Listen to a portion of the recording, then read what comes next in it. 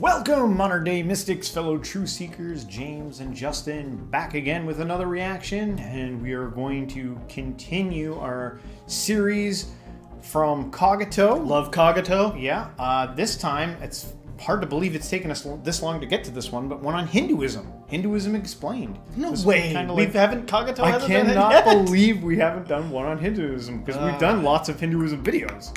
I'm sure we have in store for us lots of cool artwork. The Hindu people create a lot of cool imagery. Yeah, well, and this will be good to kind of like get a good foundation on the basics.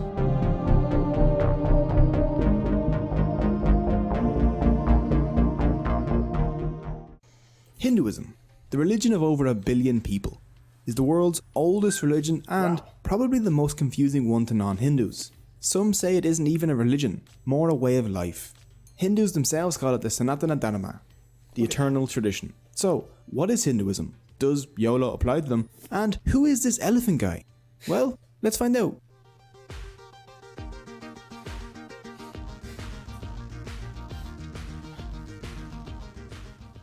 Hinduism is the world's oldest active religion. It's the result of the merging of the ancient Indus Valley civilization and the nomads that came into India around 1500 BC. Some scholars say it could even go back many more thousands of years. But we won't delve too deep into dates, because dates in Hinduism are very They be aliens, that little sign there. I don't know if you noticed it on the people there. Yeah. Stay along with the channel this week. We're going to have another episode where we kind of talk a little bit about the relationship between aliens and Hinduism, which was kind of triggered by a comment that we got this week in one of our feeds. So, yeah, just Shout out, kind of. controversial. But one thing is certain. Hinduism is old. Like, at least 36 Betty Whites. Hinduism has been around for so long that it and the concept of India itself are inseparable. Hindu and India even come from the same word. Sanskrit was the ancient language of the Hindus, and the Sanskrit name for the Indus River is Sindhu. The ancient Persians who sat across the Indus tended to switch their S's to H's, so Sindhu became Hindu. So the people living across the river became Hindus. The Persians told the Greeks, who dropped that very not Greek-like H, stuck in a very Greek-like E to the end, and boom, India. Hinduism has a long history. But today we'll be focusing on just the core beliefs of Hindus because I don't have the willpower to animate a 3-hour-long video. Hindus are a diverse group. Some are strict, dedicating their lives to prayer, while others don't believe in any gods but still follow Hindu philosophy. To make things easier to understand, let's break Hinduism down into 7 core beliefs. So, here's my rap about the 7 Hindu beliefs. You promised you weren't gonna do the rap. Come on, you're better than this, man. Fine, here's the regular version then. 1. Belief in one universal soul. Hindus believe in a universal soul known as Brahman, a formless, genderless source of all reality.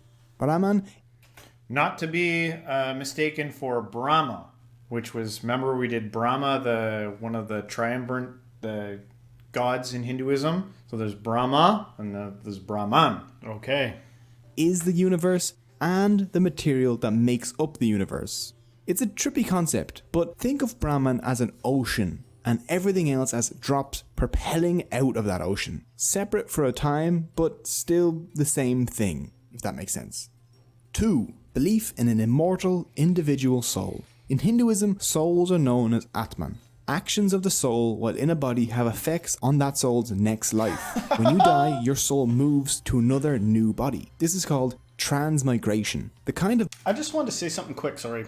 Yeah. I just wanted to say something a little bit about his analogy for it being a drop of water in an ocean. Yeah. It makes up the ocean, which is good enough. That's good enough. But sometimes I also think of it as like a dream. You know what I mean? When I dream, sometimes when somebody dreams, there'll be characters in the dream. There'll be things. There'll be like places, right? And people that are seemingly autonomous, like doing things. But it's all contained within one mind. Yeah. Right? Sometimes I think of Brahma like it's like all one thinker, all one mind, one dream, but like act. Yeah. So does it make it non-dual? Is Hinduism non-dual? But that's a good question. But the reason I think I like it as a dream is because water is a real thing. You can touch water. You can put it into a container. But a dream is something that occurs in your mind. It's like nothing. Yeah. It's you have to be conscious to perceive it, Yeah. right? And so sometimes I think of Brahman is that. The body the soul inhabits next is determined by karma. 3. Belief in karma. Karma is action, usually good or bad actions that affect society. For Hindus, karmic actions in the past affect us today, and our actions today affect our soul's future. 4. Belief in moksha. The goal in Hindu life is to somehow get back to Brahman. If a Hindu can do this, they will be freed from the cycle of life and death. This is called moksha. You can achieve moksha by realizing your oneness with Brahman. How you realize this is up to you. For this reason, Hindus pray, lead me from the unreal to the real. 5. Belief in the Vedas. The Vedas are Hindu sacred books of knowledge. There are 4 Vedas. Hindus believe that all 4 were divinely revealed to ancient Hindu sages. We'll take a closer look at the Vedas in a while. 6. Belief in cyclical time. For Hindus, there are no beginnings or endings. Time is a series of cycles, each cycle containing 4 ages or yugas. There's the Krita, the Treta, the Dwapara, and the Kali. Added together, the 4 yugas total about 4.32 million years. At the end of each cycle, declining human morality leads to the total destruction of reality. Hindus believe that we are in the 4th and final yug, Kali. 7. Belief in dharma.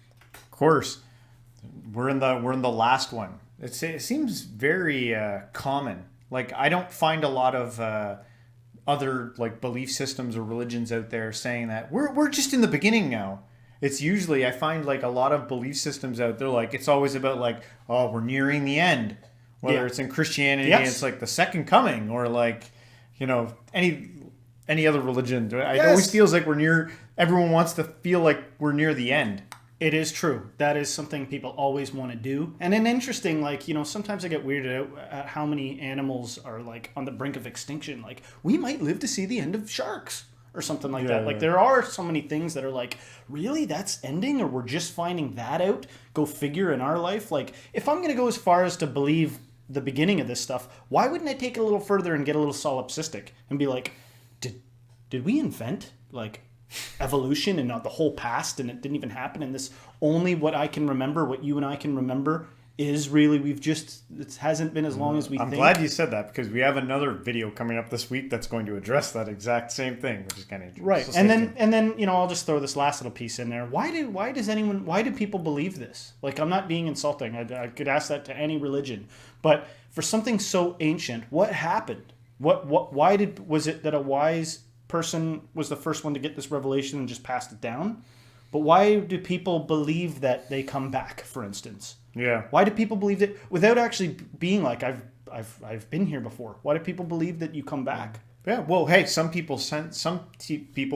know people that have been like, well, I feel like I used to be this in a past life. Yeah, and I've dabbled with that with my imagination, like trying some past life regression type stuff. Yeah. And I can always get somewhere. Almost anything that you can throw at me, I can give it a try and be like, okay, I got a taste for that. But it's hard for me to full-fledged, you know, it's kind of like why we do this channel. Yeah. And some of the guests that we have and are coming, I love to ask them this because I am the type of person that has a hard time believing something. I can try it. I can try it on for size, but like the added step of believing out of the ocean of things to believe in is a tough one for me. Yep. Dharma. Dharma is a difficult word to translate to English. Proper behavior is the best that I could come up with. Dharma maintains balance in the universe. As long as everything in the universe, like animals, plants, and humans, follow their dharma, then everything will be fine. If they break from the dharma, though, things will be super not fine. Each being has its own dharma. A lion's dharma is to kill and eat antelope. A king's dharma is to rule well. A subscriber's dharma is to smash the like button and ring the notification bell. For humans, their specific dharma is usually based on their age and their caste. An old priest will have a very different dharma than a young merchant, for example. So those are the 7 core beliefs of Hinduism. With them, you can understand the Hindu mindset. Unlike Christianity or Islam, Hinduism is a non-profit organization. There is no Jesus or Muhammad for Hindus. There is no Bible, Quran, or Torah. Instead, they have a bunch, and I mean a bunch, of different sacred texts. The 4 Vedas form the basis of the Hindu faith. So let's take a look at them. 1. The Rig Veda. The Rig Veda is a collection of songs that praise and discuss ideas like truth, reality, and the universe, along with discussions on war, weddings, and rituals. 2. The Yajur Veda.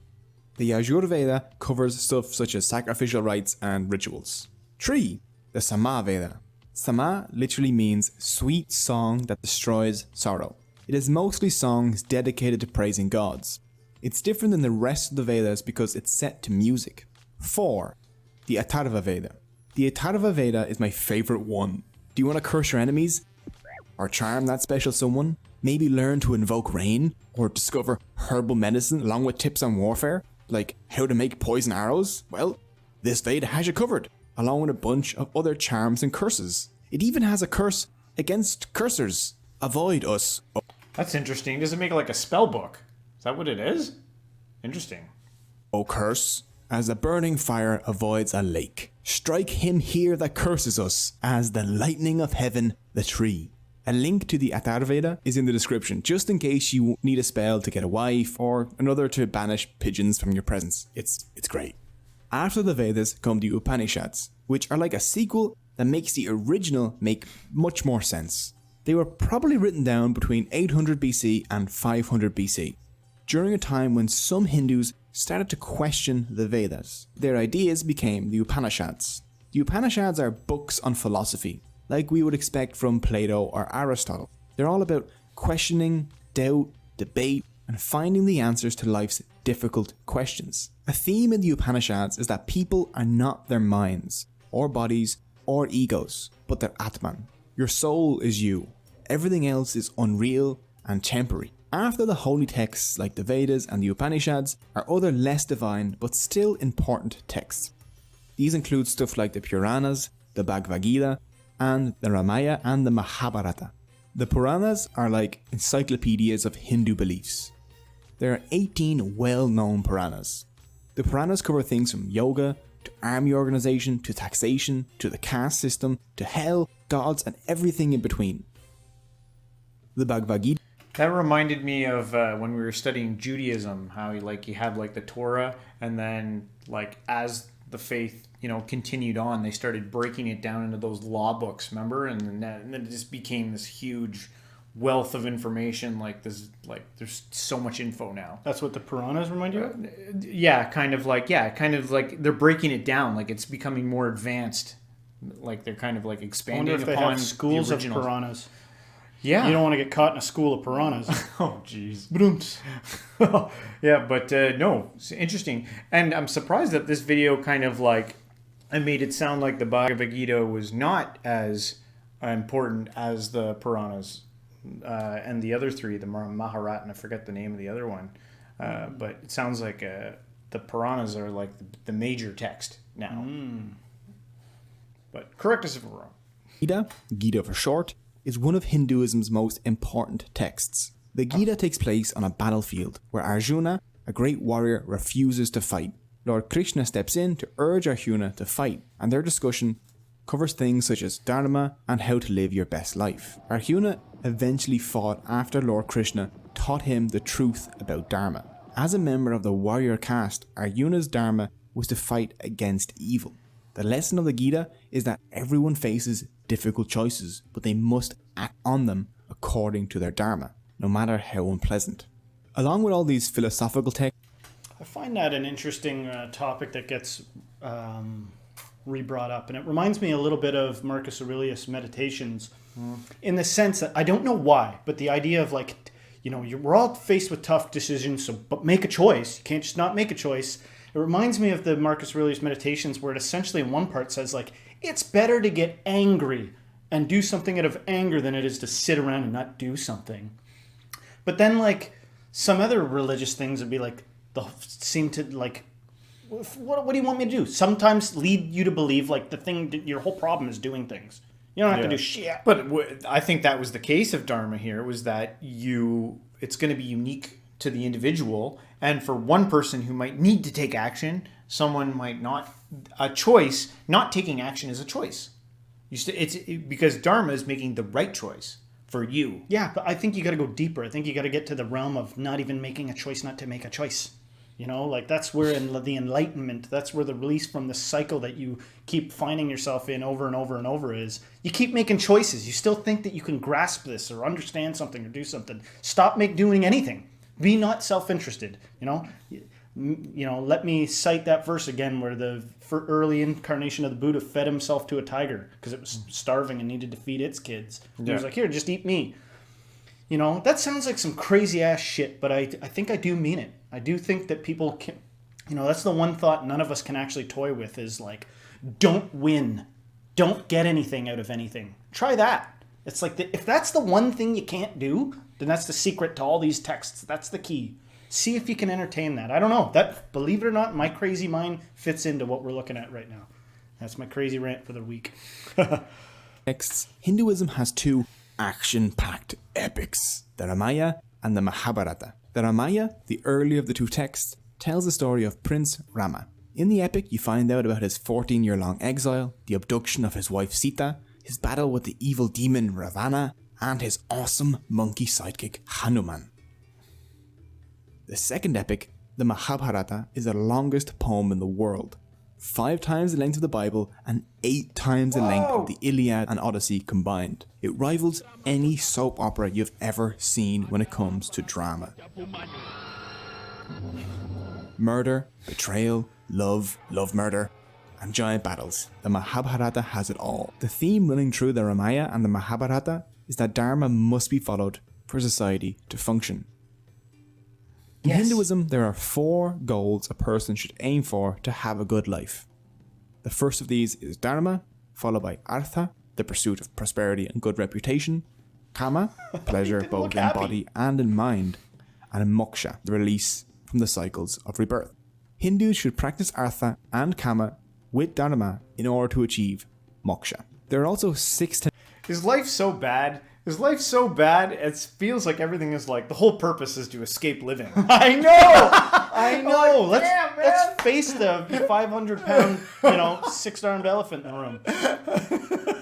You're right. It's all like, how do we get out of this? How do we stop getting out of everything? Don't even do anything. Don't do anything.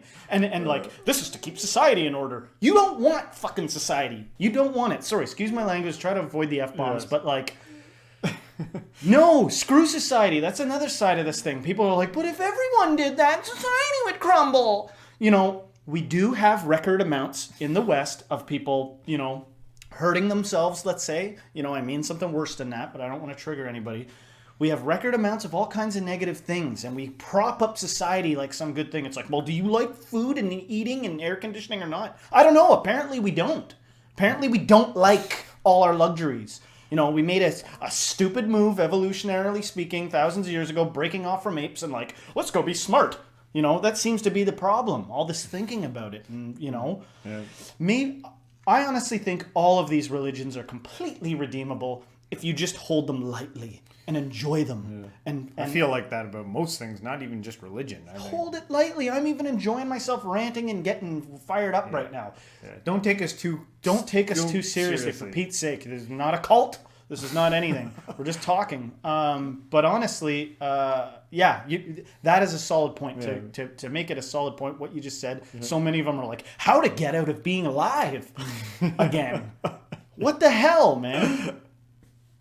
Temptations Hindus should try and avoid. Kama, lust and materialism. This kama is different from the good kama mentioned above. I know. Next is kruda, which is anger. Lobha, which is greed. Moha, which is unrealistic attachment to things, people, and power. Mada, which is pride. And matsarya, which is jealousy. So the professor. By following their dharma and avoiding these 6 temptations, a Hindu can break the cycle of rebirth and have their soul merge back into Brahman.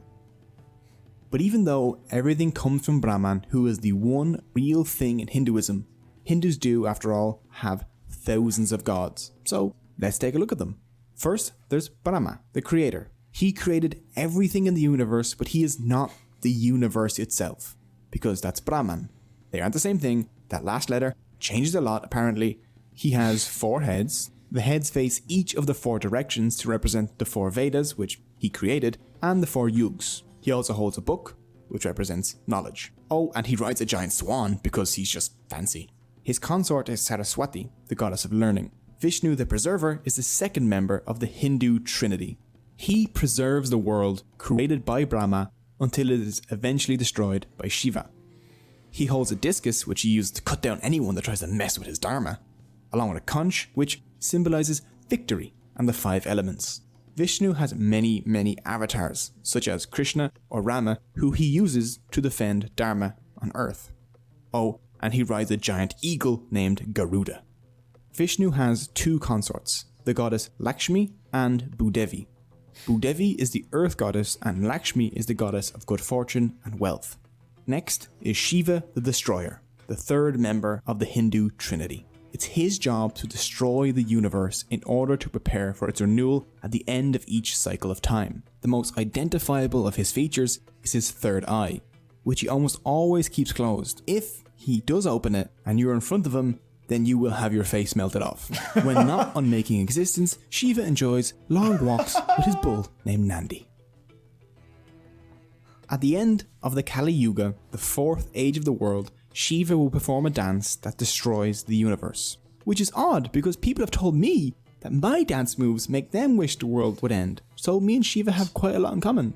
Parvati and Sati are Shiva's consorts. Shiva also has 2 sons, Ganesha and Murugan. Ganesha is worshipped as the remover of obstacles, and Murugan is the god of war. Ganesha holds a very special place in the heart of Hindus, due to him being the remover of obstacles. The elephant head is the most obvious clue to identifying him. He was actually born with a human head, but after Shiva cut that one off, he kind of had to make do with an elephant one. If you're Christian or Muslim, you're aware that your religion has a bunch of different denominations, like Catholics or Protestants, Sunni and Shia. Hinduism has these too. Hindus developed 4 major denominations, some of which have their own subdivisions. The Vaishnavas primarily worship Vishnu and Shaivas primarily worship Shiva and his sons. Smartas follow sacred texts like the Puranas, the Ramayana and the Mahabharata rather than the Vedas. They worship 5 gods and goddesses, Ganesha, Durga, Surya, Shiva and a preferred avatar of Vishnu.